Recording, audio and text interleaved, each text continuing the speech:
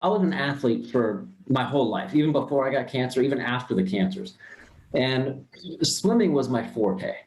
Okay. I was one of the best swimmers. I went to nationals. I went to YMCA nationals. Have records that are still there for the summer swim league, which is fantastic, right? So one of the things that they instilled in me when I was swimming was every time I got in the water, my goal wasn't to beat the person next to me. My goal was to beat my time from the last time I entered the water. So they Nice. taught me I never had to be the best. I had to be my best. And I think that stuck with me more than anything.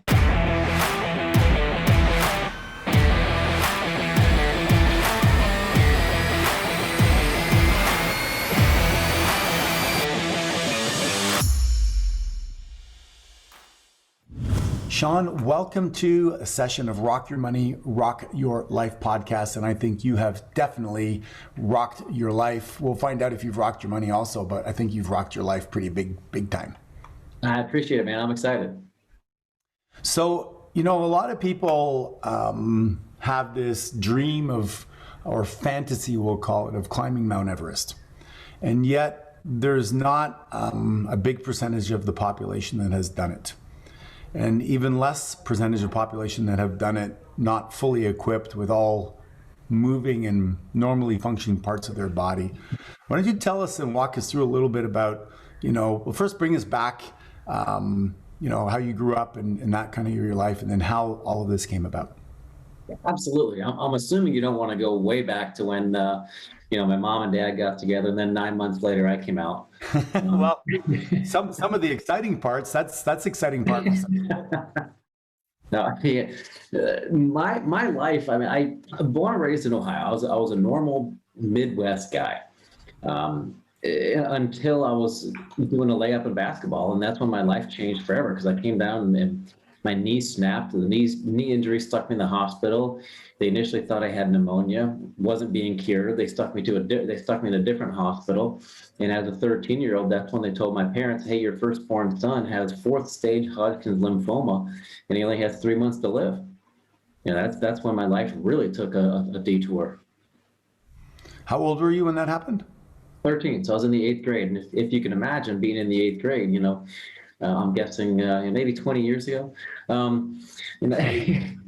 It's a popularity contest, and I was bald from head to toe. I was 60 pounds overweight, 13 years old, and I was fighting for my life. So I wasn't very popular at all, but I developed a completely different perspective than most of my friends. So one of the things I teach is that a person with one perspective is less powerful than a person with many perspectives. So what perspective did you adopt? I think I adopted the perspective of not being caught up in the materialistic stuff that everyone else was going after. I wanted to go after what I wanted to go after. And I also remember there was a moment when I was 3 months into the first cancer. I'm sure we'll get to the second one in a little bit. But 3 months into the treatment for the first cancer, like I said, I was a mess. In my eyes, I looked into the mirror and I saw this hideous troll that there's no recollection of anything that I was in the past. And I was on my hands and knees, literally sobbing while I was pulling chunks of hair out of the drain, crying my eyes out. I was pulling chunks of hair out of the drain so the water could go down. But I also developed the perspective of focusing on what I wanted, not the avoidance of what I didn't want. Meaning, I can only imagine how it would have turned out, how my life would have turned out if I focused on not dying as opposed to living. Okay, unpack that for me, because there's definitely something there. So I'm partially trained by Tony Robbins, moving away from pain and moving toward pleasure. So explain that to me again. I want to get it. So I think it comes from the idea of going toward what you want, not the avoidance of what you don't. Mm-hmm. Because, for example, if you're walking down the street and you're telling yourself, don't trip, you're going to fall on your face. Right. Your mind doesn't hear the don't. It's just focused on whatever you're telling it about yourself. Right. As opposed to turning around from a different perspective, stand tall, walk strong. The same concept, different perspective. I mean, how many times throughout the day do you think people tell themselves to not do something? Or another example, you leave in the house, don't forget to turn off the stove, don't forget to do this, don't forget your keys. What do? You forget them, as opposed to So telling you, yourself to remember those things. so what did you create as a focus for yourself, as a thing you wanted to create and experience? I think that's a great question. My experience and my focus was on life, was on for me, my personal core values. And one of them was the fact that I was 13 years old, I was battling for my life, and I didn't want it to end. I wanted to live. I wanted to focus on surviving the cancer, not battling the cancer, not trying to not die. I wanted to focus on living, and I wanted to focus on grabbing life by the horns and holding on for as long as I possibly could. Yeah, awesome. So you went on to, physically take on challenges that most people that, weren't going through what you're going through would have struggled with. Was this part of proving to the world that you could live fully? I think in essence, yes. But real quick, after that first cancer, I was diagnosed with another cancer, and I was only given 14 days to live that second time. So I What went through kind it was twice. that? What That kind was was it was Askin sarcoma, which is a very rare cancer that affects 3 out of 1 million people with a prognosis of roughly 6%. Jesus. Yeah, so I actually did the number crunching, and the chances of me surviving both of those cancers is roughly equivalent to winning the lottery 4 times in a row with the same numbers. You are one in a billion. Yeah, exactly, exactly. I'm completely blessed, that's for sure. But oh, and I only have one functioning lung because the Right. radiation destroyed my right lung so much. So, how did you overcome the second cancer? I think the same way I overcame the first one, and it was with the right perspective. It was first, it was believing it was possible. That was the number one thing. And even if you go and look at how people are told that they have a diagnosis now, you go and sit down in the doctor's office. Doctor looks at you and says, Rock, you have cancer. This is what we're going to do. This is the type. This is the stage. Oh, by the way, it's treatable. As soon as you hear that C word, you've checked out. But if you Yeah. just turn it around, imagine if the doctor sat down and said, hey, listen, you have a condition, you have this, this, this. We're going to do everything we can to take care of it. It's treatable. And oh, by the way, it's cancer. Yeah. You have a completely different mindset. So Yeah. that's what I developed going through my life. I wasn't focused on all the stuff that I didn't have. I wasn't focused on all the stuff that I couldn't do. I was focused on everything I could do, everything that I was grateful for. So it's very instrumental in saying that when we're clear on what we want and we move toward what we want and we're passionate about what we want, then our energy goes there and we become a creator versus a victim. Yes? Absolutely, yeah. But it's not just sitting there, like sitting in the corner wishing things will come true. It's not going to poof magically happen. You have to put in the massive effort to make it happen. But you have to believe it's possible, see it's possible, have an emotional attachment to that possibility, and then do something about it.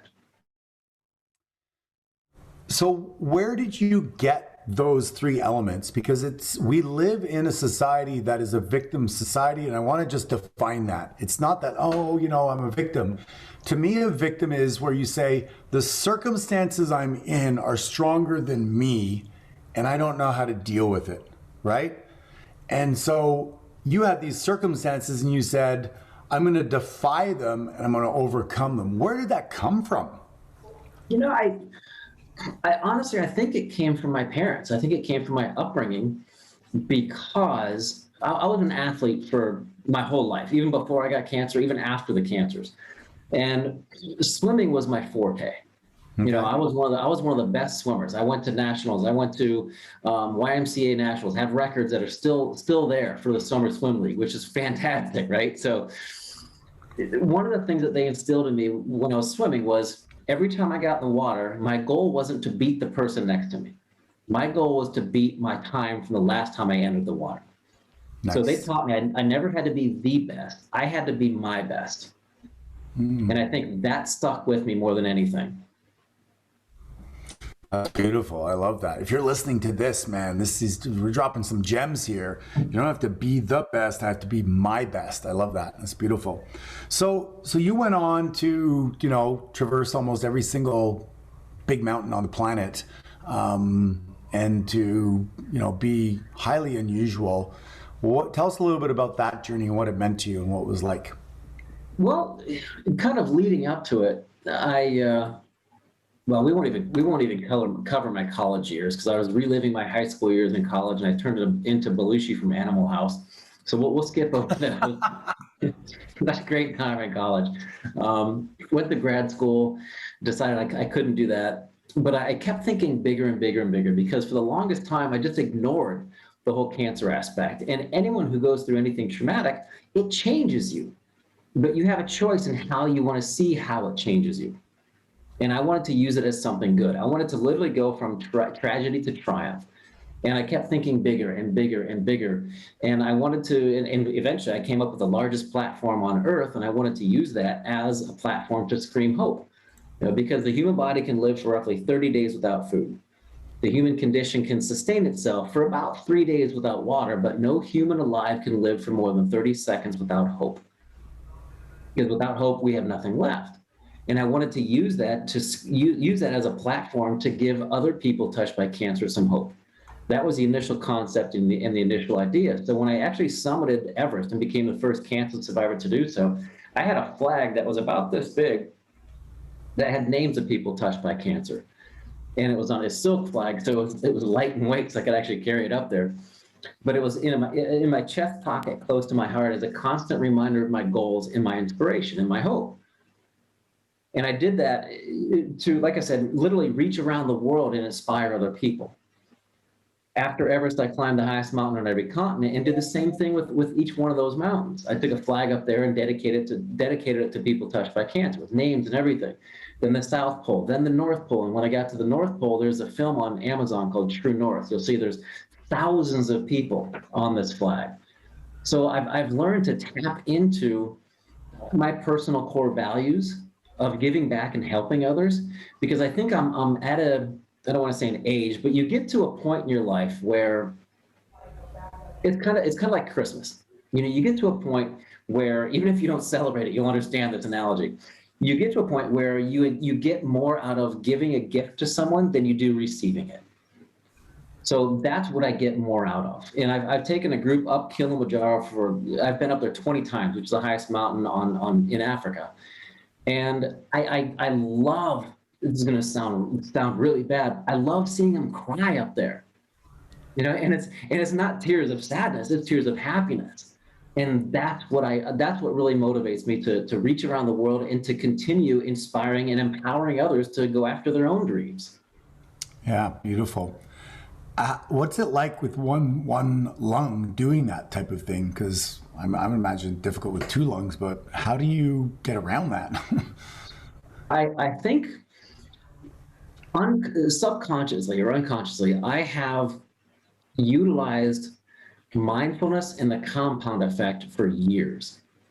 And it started with the time when I was 16, I actually had a thoracotomy where they went and they cracked open my ribs to remove the tumor. The tumor was about the size of a golf ball between my ribs and my lung. And ever since then, I was always very mindful of how I was breathing. And it wasn't just, it was Right. utilizing my diaphragm. And Right. over time, in being an athlete, in training my one lung to compensate for the fact that I lost the function of my right one, I had to be mindful of that. Day in, day out, week in, week out, month in, year after year after year of practicing this, it's just become a habit, I think. So when I'm climbing these mountains, I'm not breathing I'm not taking shallow breaths. I'm taking very deep breaths, and I'm getting more utilization out of my one lung than probably most people are utilizing their two lungs. Yeah, that makes sense. Do you ever run into Wim Hof climbing Kilimanjaro? No, I didn't. I think I would have seen a guy up there in bare feet, but That would have been fantastic. But another thing too, bringing him into the equation, a lot of people don't understand this. The mind breaks before the body does. And people need to understand that they are capable of so much more if they just push themselves past that breaking point, past what they think is their breaking point.